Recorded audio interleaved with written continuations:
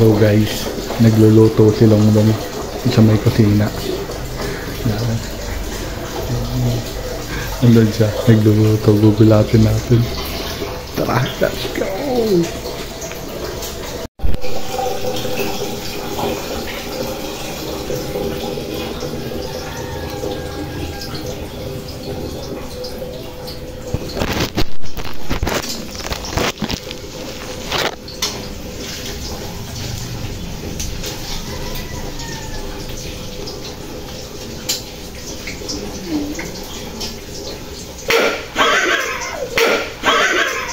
Huwag ka nagugulat.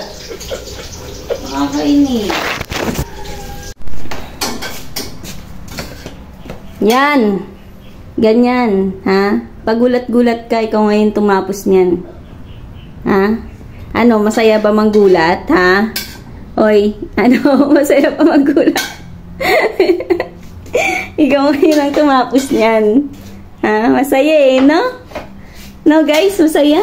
Ganyan talaga kapag ikaw na gumagawa, tapos gugulatin ka, hindi pasa natin ang trabaho. Aha. At tapos niya ang trabaho, kakain na lang. Ay nako, tama lang yan, Rai. Ikaw talagang gumawa niyan. Kasi ginulat mo ko. Diba? Buti nga sa'yo yan. Ay, diyan ka pala. Ito, kakain na tayo. Masaya mong gulat? Anong napala mo? Ha? Anong napala mo, Rai? Ito bang gugulat mo? Ano napala? Masaya mong gulat, di ba, be? Wait lang. Kakain na tayo. Ha? Masaya mong gulat? Next time mo gugulatin, tapos gumagawa akong gawaing bahay. Ikaw talaga magtatapos nun.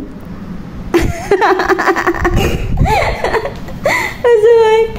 Ganda ng luto mo dito. Ito kasi yung luto ko eh. Ito luto mo. Ganda ng luto mo.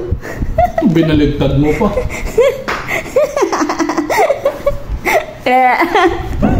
Next time mo ginugulat na mawalan ako ng gana magluto. Tingnan mo naman yung luto mo, yung dilaw palagpas-lagpas sa puti. And so, bakit? Sunny side up daw ang puti. Sunny side up yan, no? Ewan ko, tito. Ito sunny side up. Ikaw, itlog na hindi pa nabukol. Pag naglalagay ng puto sa akin.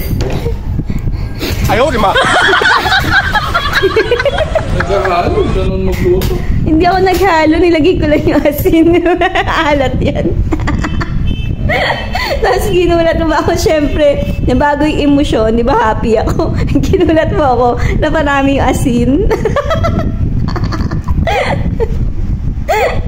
Guys, ito itlog na niluto ko. It's so pretty. Pretty. Nakalabas yung dilaw sa puti. Nabasag eh. Bakit? Nobody's perfect. And I'm not perfect too. And this egg is not perfect too. You know that? No. Kain tayo, guys. Kain na. Siya yung nagluto ng itlog na basag. Kasi binatrip niya ako. Eh di wow. Akin yung magandang luto dyan. Eden, cute. No.